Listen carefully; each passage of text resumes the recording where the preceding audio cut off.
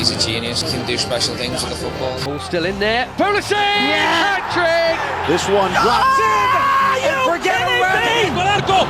Golazo! Golazo!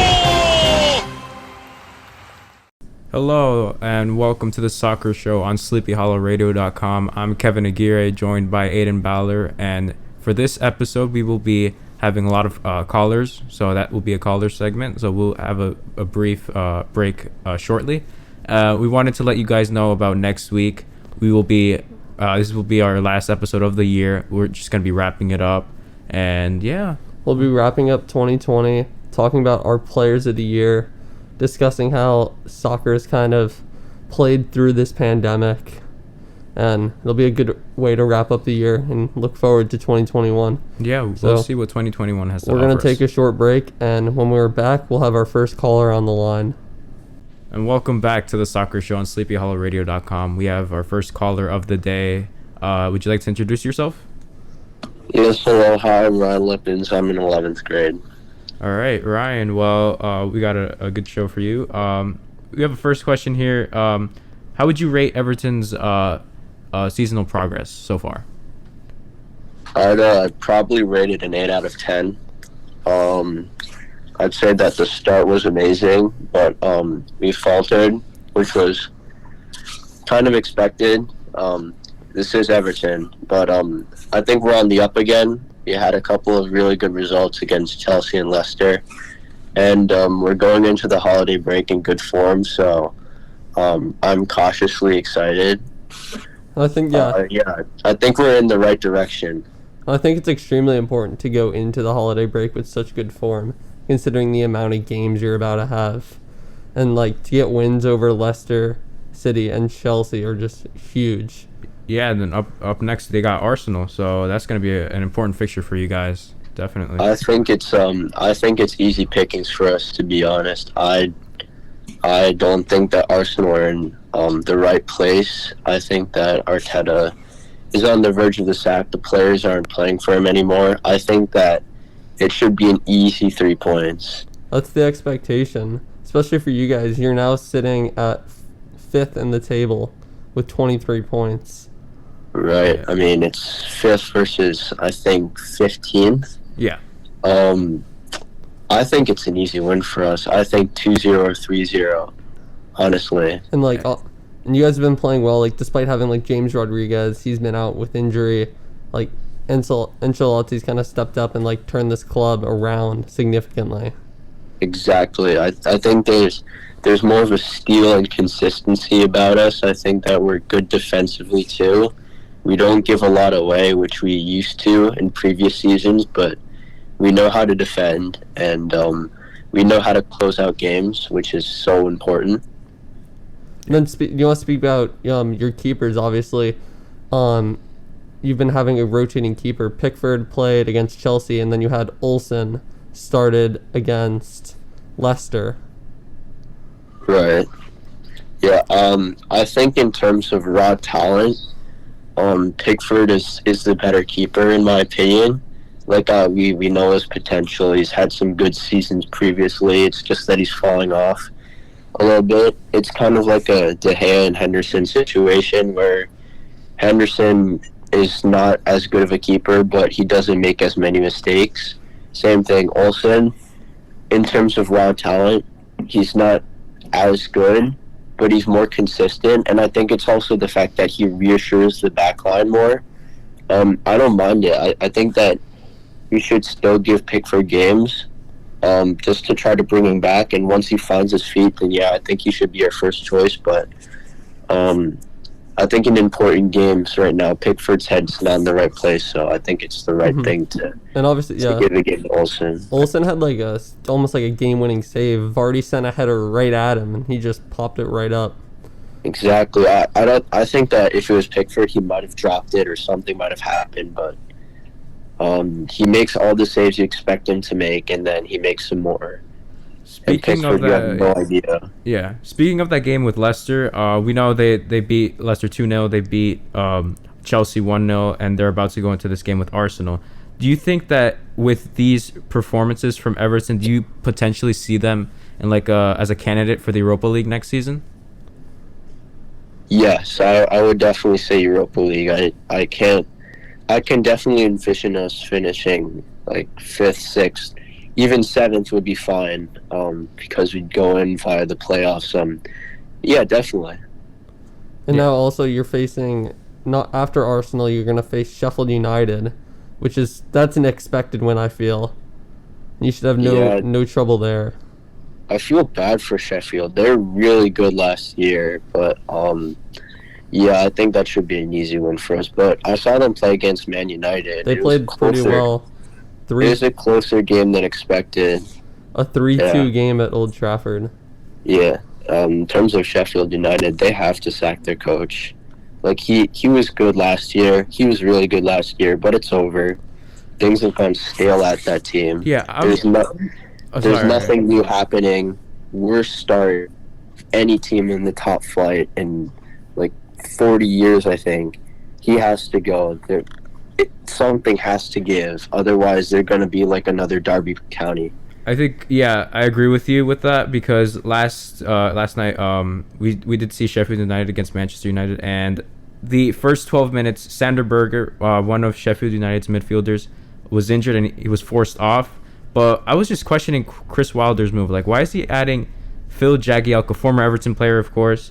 Why did he add him instead of like another midfielder like Oliver Norwood? I mean, that's just, I don't think that was a bold move from him. Like, adding in, like, replacing a midfielder with a defensive player, like, that's not. I don't see it. Like, I don't see the logic there. Well, what he did was he moved Chris Basham, who's a center back, into Berga's position, and then he moved Jagielka into the heart of the defense. And this is wrong for two reasons. One, Basham's not a proper center midfielder. Exactly. So they're getting constantly overloaded.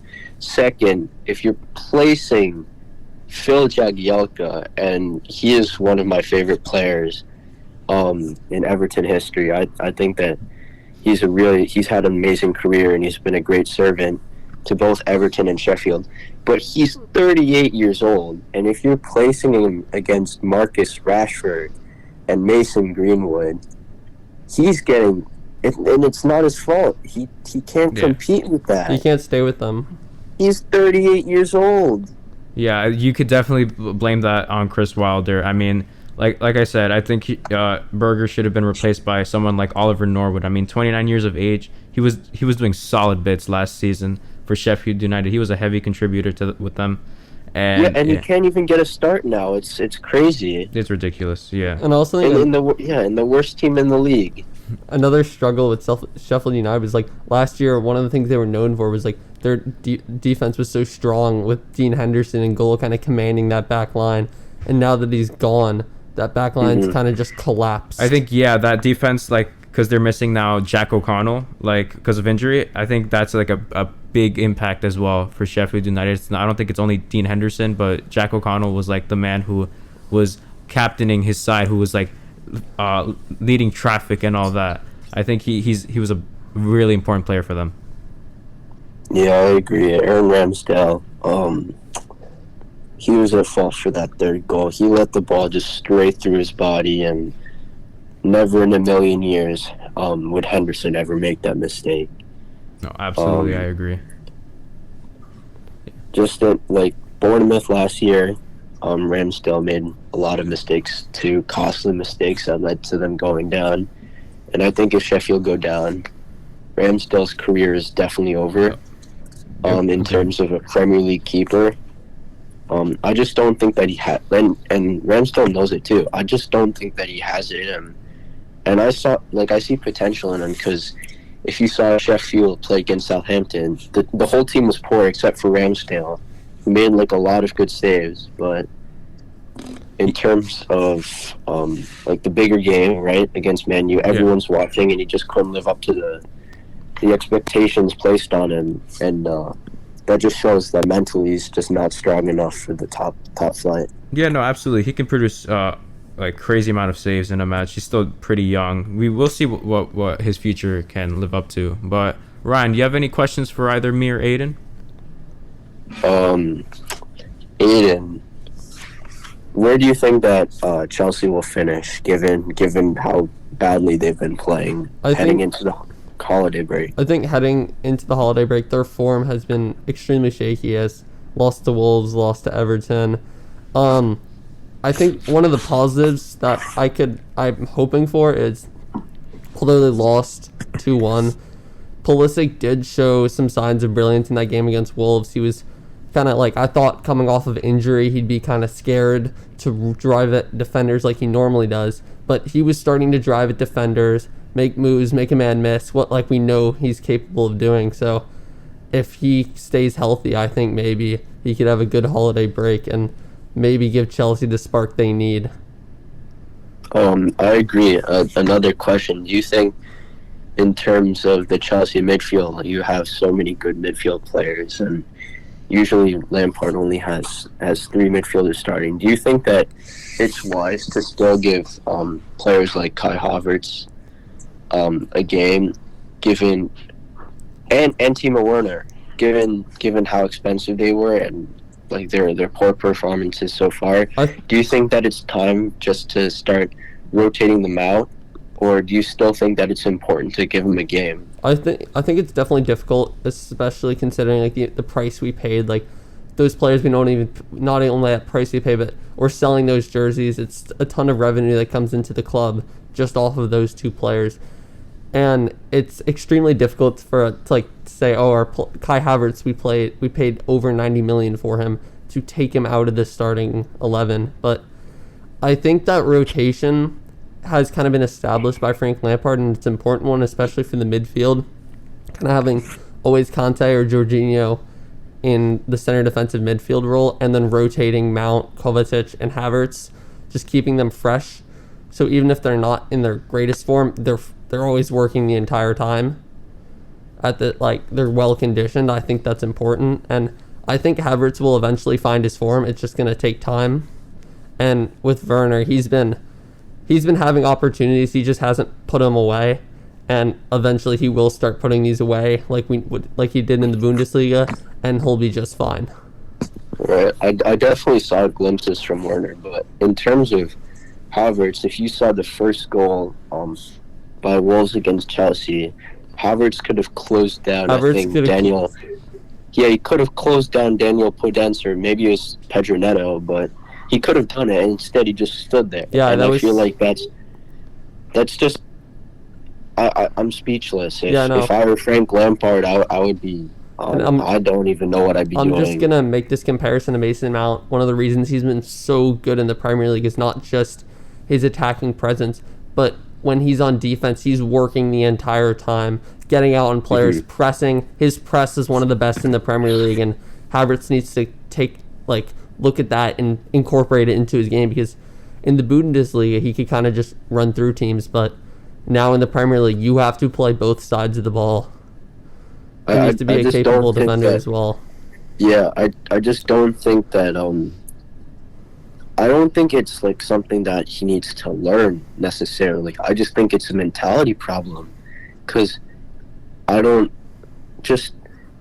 think anyone can see that if there's someone on the edge of the box in an opportunity, you do everything to stop. You throw your body in front, and he just couldn't be bothered. And it's not that he didn't know what to do, because that might even be worse if he doesn't know what to do. He's been playing the sport his whole life. If he doesn't know what to do, then he should play a different sport. Kevin, you want to comment? No, he just comment didn't on that? want to do it. I definitely agree with Ryan on that one. It's like he said, if you are Frank Lampard, you just got to drop him, put him on the bench. You got to replace him with someone like Mateo Kovacic, who he can play at like a. He's very capable. He's already like experienced. He knows how to play with Chelsea. I think exactly, and he's been playing very well. And I think if you drop Havertz, it sends him a message that no, you can't do this. This is a team.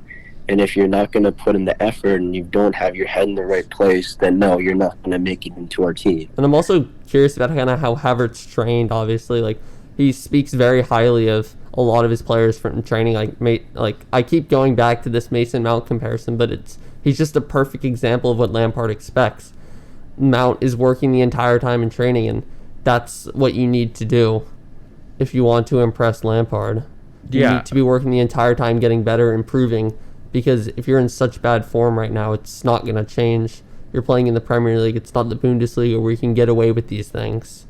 I agree. I don't know. I think that in terms, it's like some of the bigger clubs, I feel like they've kind of lost their monopoly, especially this season, right? It's very close up at the top.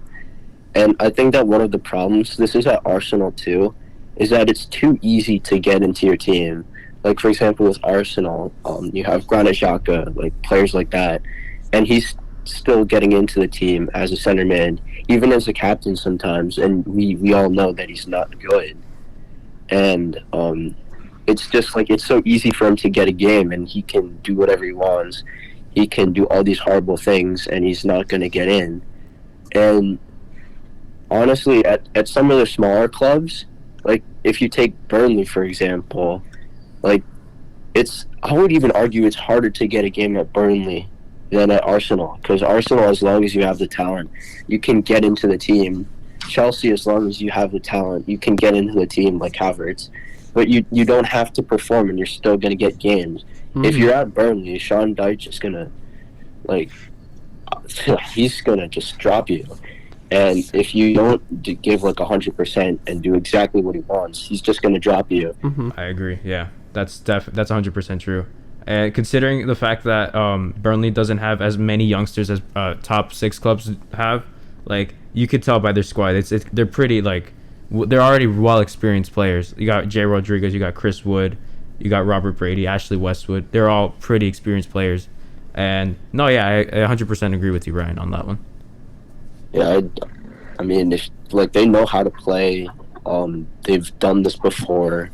Dyche has been at the club for 10 years or something crazy like that. And on the one hand, I want him to stay at Burnley because I think I actually really like that team. I respect how they play with their limited resources and still manage to get good results. I feel bad for Dyche, though, because I think for him as a manager, he needs to take the next step in his career. I think he has the talent. He has the man management. He has the tactics. And I want to see what he does when he finally stops playing all this this defensive soccer. I want to see the other side of his mentality. Because right now at Burnley, all he can do is defend. The one time they opened up, I think, in terms of, remember Son's goal against Burnley, I think it just won the Puskas Award. Oh, yes, yeah. Of course. It was like a 5-0 defeat for Burnley. I remember that game, watching it, and it was like, oh, Burnley are really trying to have a go. And it was what ended up happening. Oh, I think you're cutting up a little bit. Ripped them to little pieces. And I think what was so important about that, you're cutting out a little bit, was that, like, that goal by Son, it was like 3 goals in the first 30 minutes. It's just absurd. Exactly, and like if you get caught, then there's no way back. There's no way that Burnley are scoring 3 goals in a game against Tottenham. Yeah, no, I definitely agree with that. Ryan, you got any other questions? No, I think I'm good. Thank you. Yeah, thank you for coming on. We appreciate it, man. We appreciate it. Thanks for being here. Yeah, well, it'd be awesome to have you on another time. Of course. Yeah, this is fun. All right. See you guys. Thank you for having me. Yep. We're gonna get to a short break, and when we're back, we'll have our next caller on the line. All right. And we are back on the Soccer Show on SleepyHollowRadio.com. We've got our next caller. Would you like to introduce yourself, sir? Hi, I'm Grady Holmes. I'm a junior, and I support Arsenal. All right. Well, you're an Arsenal supporter. Let's talk about their season. How would you describe their season so far? I don't think it's going very well. They're at the bottom of the table. They're not playing well. It's generally not been a good season so far. Definitely a struggle, especially like kind of looking at like things were looking up for Arsenal. If you look at August, I mean, they won the FA Cup against Chelsea, and Arsenal fans you're probably feeling pretty good about yourself. And since then, it's not been the greatest. Since then, it's been downhill, yes. I think. Do you think it's mainly Mikel Arteta's fault that Arsenal have been getting these poor results as of late? I don't know if it's entirely his fault. There needs to be a bit more discipline on the player's side, but I think he's at least partly at fault. It's definitely like difficult, like considering like I mean they brought so much talent into the club, and when they brought in Thomas Partey from Atletico Madrid, people were feeling really good about that midfield. But since then, he's kind of vanished. He's vanished. He's gone. He's been injured. Yeah, I mean Arsenal's like midfield. They're back where they were before. How do you feel about that, Grady? Well, I think they definitely have the capacity to play well. Like they've had a perfect group stage in the Europa League, but when they're playing in the Premier League, they haven't been playing well. Like if they're able to have a perfect group stage in the Europa League, they should be able to beat teams like Burnley in the Premier League, and they just haven't been able to do that. Yeah, and speaking of games, their next 3 games they're not easy tasks. They have to face Everton, they have to face Manchester City in the Carabao Cup, and they have to face Chelsea. How do you think they'll be coming into those matches? You think it's like no, we're definitely losing, or like there's still hope?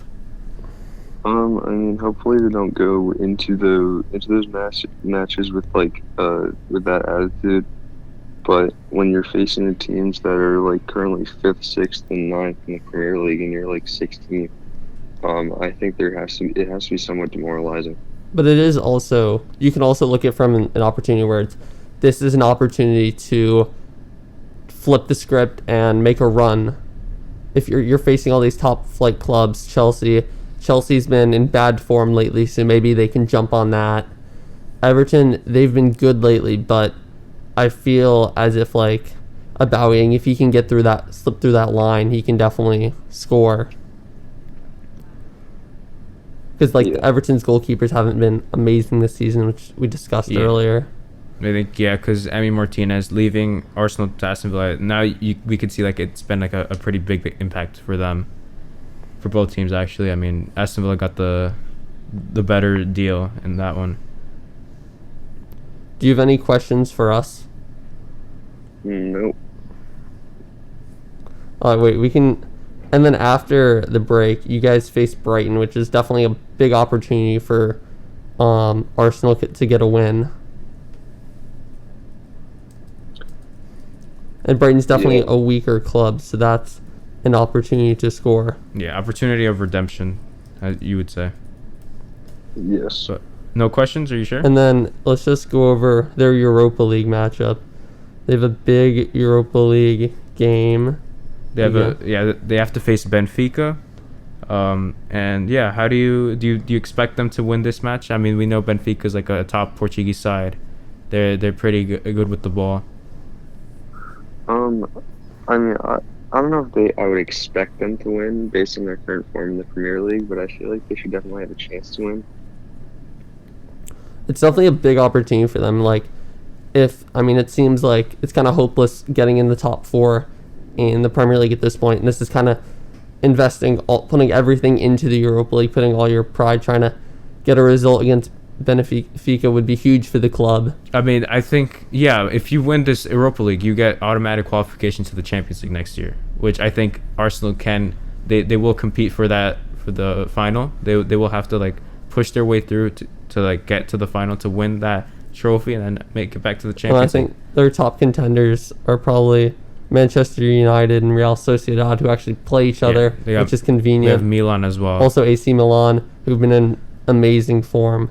A lot of top. And Tottenham as well. Yeah. So, if you win, it's really, I feel like it'll come down to, one of those games. You can just beat a team that you're not expected to beat, and you could be sitting right back in the Champions League. Yeah. With all these high-level, teams, do you see Arsenal possibly making it to the final of the Europa League, Grady? I think they definitely have the potential to, but it's definitely not a guarantee. But for example, since they've had a perfect group stage, I think they're definitely capable of trying to attack the ball, trying to score against pretty much everyone. so Arsenal's able to play well consistently over the course of the knockout stage. I think they definitely have a chance. I definitely agree with that. Yeah, that's a good point. Do you have any other questions for us? No. Yeah, we'd like to thank you for your time. Thanks for coming on. And yeah, we'd love to have you on again. All right. Thanks for being here. We appreciate it. Bye. All right. Have a good one. We're gonna go to a short break and we'll be back soon.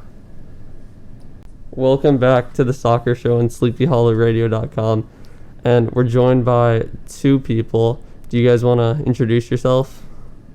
Hi, I'm Niels Baller. I'm Kason Baller. And do you guys wanna?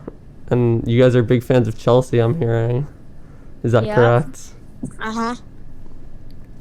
How do you wanna speak about their current form they've been in? They've definitely been struggling with 2 losses. So, yeah, we've lost 2 straight, and Pulisic has had a consistent hamstring injury, but against Wolves on Tuesday, he had a great game, although they lost 2-1. Well, yeah, I think the hamstring injury's been a big issue. He picked it up in the FA Cup game against Arsenal, and it's kind of been just lingering since. Kevin, anything about that? I'd say Pulisic, he's been struggling with that, like you said. Does he deserve a place in the starting 11? I think he's like, compared to like Timo Werner, compared to Kai Havertz, he's been there with them. He's been there the longest. And I think Pulisic, just like, if he's not performing as well, Frank Lampard has the idea to drop him and replacing him like with like Tammy Abraham or someone like that. But I think so far Christian Pulisic, he hasn't done a horrific job. He's still progressing despite this injury. I think just keep him on and we'll see how he does. And once he's back to 100%, like, he'll finally be able to, with the Pulisic we knew in the summer. Absolutely. I have a question for Niels. Going back a few games, Everton, they did beat Chelsea 1-0. Wolves now beat Chelsea 2-1. And Chelsea's next game is against West Ham. So how do you think they'll do against the Hammers? So I've been seeing that Havertz has had a bunch of difficult evenings for Chelsea, and he's just been struggling, and I think he's just got to step it up, and they got to get it going with Pulisic, Werner, and Havertz, and just try to get them all going. How do you see the result going against West Ham, Niels, on Monday night? I think they're gonna win, but I think they all have to come together and have just have all of them play together and have Kovacic and Mendy has to play better. He's been stepping out and had that one goal against Everton, which was commenting on that Mendy, it was definitely a poor decision, kind of charging out. Yeah, he didn't have, it wasn't necessary to do that, I think. Just speaking about his last 3 goals, the goal against Everton, he's kind of got to work on like charging from the goal. Yeah. He deciding when and when not to charge up, basically. That goal against Wolves, that first one, I'm not going to put on him. I think he assumed that Reece James was covering the back post. I think the near post, sorry. It was pretty, like, that goal from Daniel Podence. I think that was like a bit like no offense to any Chelsea fans, but like it was a bit fun to watch just because Daniel Podence was just dancing around with with the defense. It was pretty funny, but I mean, he just kind of weaved his way through and just rocketed in. It was a good goal from him. And so I just want to ask you guys, like, were you guys a little bit frustrated when Pedro Neto scored that winning goal against Chelsea? I just don't think it should have happened. We kind of just had a letdown.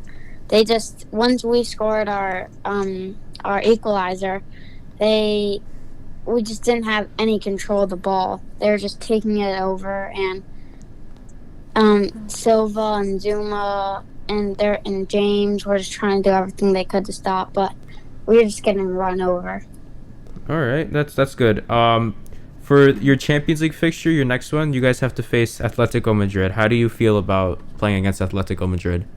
Well, this is going to be a real test for us because we've been struggling in the Premier League. We've dropped 5 spots to 7th place, and I think if we don't start stepping it up, like I've been saying, I don't think we'll win. No, I agree. That's yeah. Anything else you want to say? No, that's it. Thank you so much. All right. Thank you for joining us. Thank you, guys. And we'll see you next time. All right, bye. We'll be taking a short break, and we'll be back soon. We are back on the soccer show on sleepyhollowradio.com, and we're just going to be talking about some Premier League fixtures that stood out to us. Mainly two. First off, Manchester City against West Bromwich Albion. I did not expect this result. I thought City would have easily defeated West Brom, like I would say like 4-0 or 5-0. Like, it was definitely like a shock, considering like Manchester City's found their form, and we thought like this team, the Pep Guardiola team that we know, was back playing well. Obviously that defense has been playing so well, and now it just collapsed, and West Brom steal a point. Yeah, that's pretty impressive, coming like to the Etihad Stadium and stealing, just tying it up 1-1. Like that's pretty impressive. Like barely any teams can do that nowadays. But Ilkay Gundogan did score, and it was an own goal from Ruben Diaz with that deflection like shot off Ajayi. But the main thing is that Slaven Bilic was sacked from West Brom. That has to be the most absurd thing I've ever seen. I don't understand why they're doing that. How do we describe? To draw Manchester City, a top 6 club who's been playing outstanding, to get a draw, and at home, and away at the Emirates, and then to get sacked. This is like, what are they doing? This is sort of like I don't understand. I mean, that's like, he did nothing wrong in this match. I don't understand. Like he made substitutions. It worked. Like Sam Johnston like was like prime Iker Casillas like for the last 10 minutes of the match, and it was like, okay, that's a good job from them. Like what's next? And then all you hear is he's been sacked. Like he managed a perfect game. I'm not sure what happened. Maybe there was some kind of argument there must have been something that took place after the game between their owner and the manager. There must have been something that happened, and because it couldn't have been that result. He was playing amazing. I mean, overall, they did secure promotion last year. So I think it, like, sacking him a little bit too soon, but I mean, it is what it is. And West Brom did confirm that they did replace Slaven Bilic with Sam Allardyce. We know he's like a big Premier League manager, like a very well experienced coach. He has helped like a numerous amount of teams back in the day, with Sunderland, with Everton, and I think he can do the job with West Brom, helping them escape relegation. Maybe Guachuan was like already talking to him and kind of just had to get rid of him to bring in a new one, which is definitely I don't agree with the move. I mean, I don't agree with the hiring of the new manager. He is great, but to getting rid of your manager who's done so much for your club. Yeah, I think it's just an absurd move. But I mean, the next game that was pretty it was crazy. It was the Liverpool against Tottenham game. We knew from the start this was going to be like game of the match day. I think because they were like the top 2 leaders. They were doing so well in the Premier League so far. Well, we're surprised by Tottenham how far they've come, like, to lead. Like, we could see them as potential candidates, but Liverpool did beat them 2-1, and I think this was a dominant performance from Liverpool. And, I mean, before we even get started about this game, I just kind of talk about Mourinho's comments. Like, going into the game, he was like, Liverpool, they have players healthy, and not all their players are injured. It's not as bad as it seems. Kind of these classic Mourinho comments. Yeah, it's I kind of annoy the media. And then he goes into this game. Obviously Salah had that beautiful goal to start, and then Son matches him. Human Son is on fire. He just can't stop scoring. He matches him immediately, and then out of nowhere, Robert Firmino rockets one in. That 90th minute, I did expect a goal from Liverpool. I mean, they've been attacking way too much. Tottenham basically were parking the bus. But when they had their chances, they had their chances. They did. Like Steven Bergwijn had 2 clear chances, but he missed one, and then the other one was deflected off the post, and that was just unlucky from him. I think he could have scored those 2 goals easily. I think my prediction was that they tied 2-2, but my prediction was close. 2-1. I mean, yeah. In the end, it's 3 very, very important points for Liverpool, heading into like this. Shoots like into the top of the table. Yeah, let's see if if they can defend their championship. And then we have to obviously talk about Mourinho's comment after the game. Yeah. the better team lost. That I think it was funny. No, it was funny. Like with that exchange of words, like at the end of the final whistle between Jurgen Klopp and Jose Mourinho, it was just funny to see them. Because you could see just Jurgen Klopp's like face. He's like, what?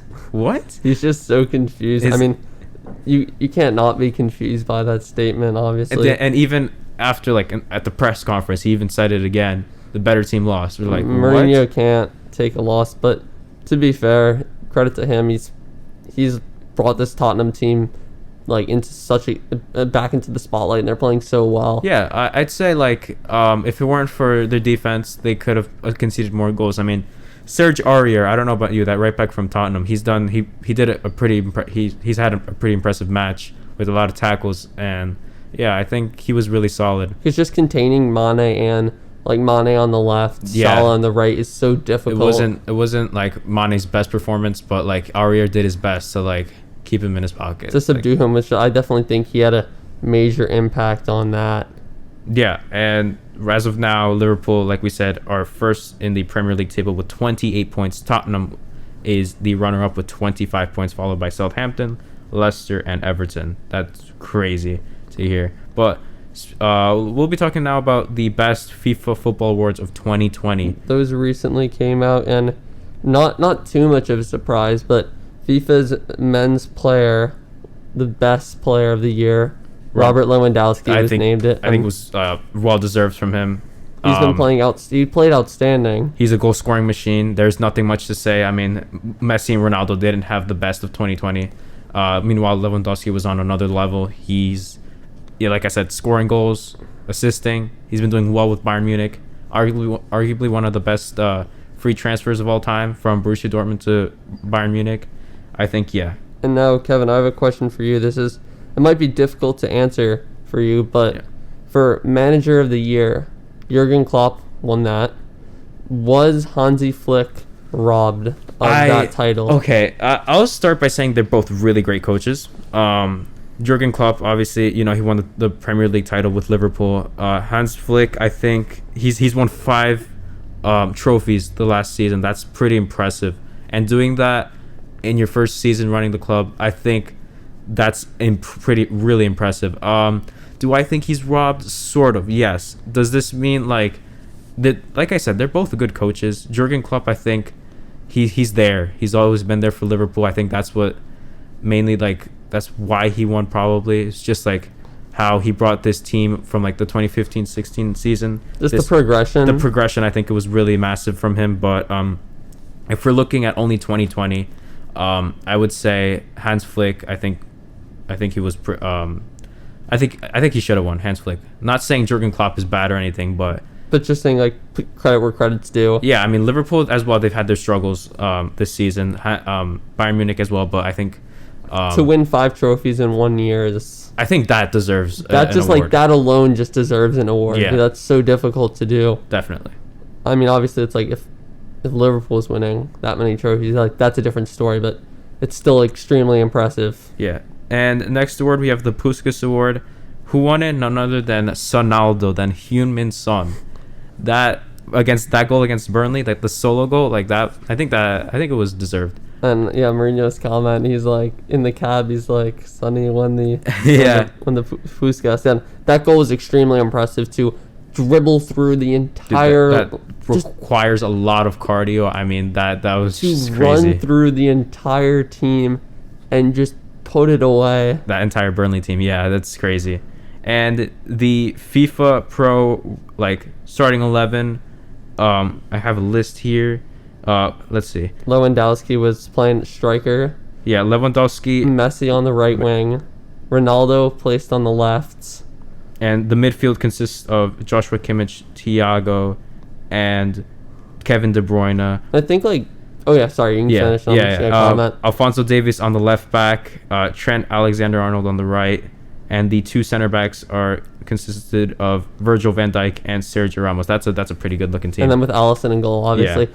I just want to comment on Joshua Kimmich, and his play in 2020 has been so key for this Bayern Munich team. He's been playing outstanding.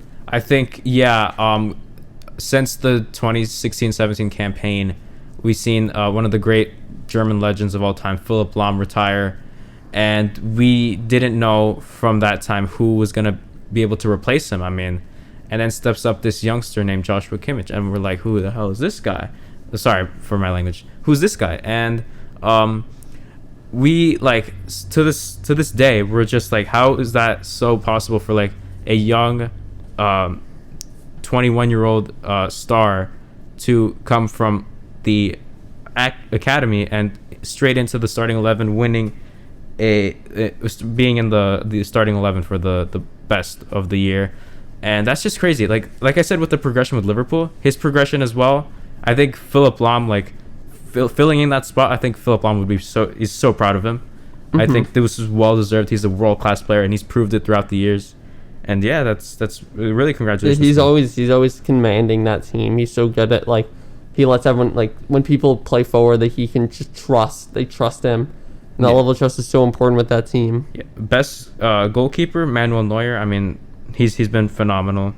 Nothing much to say there. With his age, it's just crazy how he's still playing so well. Obviously, I think his best performance of the year, or one of was his performance in the Champions League final. Yeah. He robbed Neymar of a goal, and he's had pretty great saves in that match. I think despite being 1-0 for Bayern, and at his age, that's phenomenal. It's really crazy how he's able to provide saves like this despite his age. It's just really crazy. The original sweeper keeper. He's still stepping up, still showing he can do it for the top club in the world.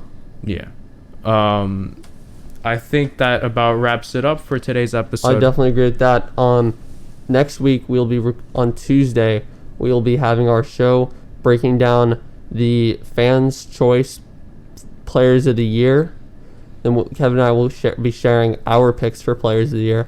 We'll be breaking down the big Premier League matchups this weekend, and it'll be exciting. And also, wrapping up 2020 as a whole, and this crazy season with Project Restart.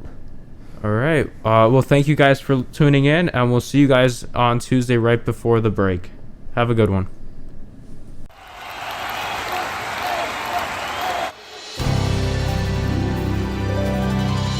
He's a genius. He can do special things with the football. Ball still in there. Pulisic! Hat-trick! This one drops in. And forget away. ¡Golazo! ¡Golazo!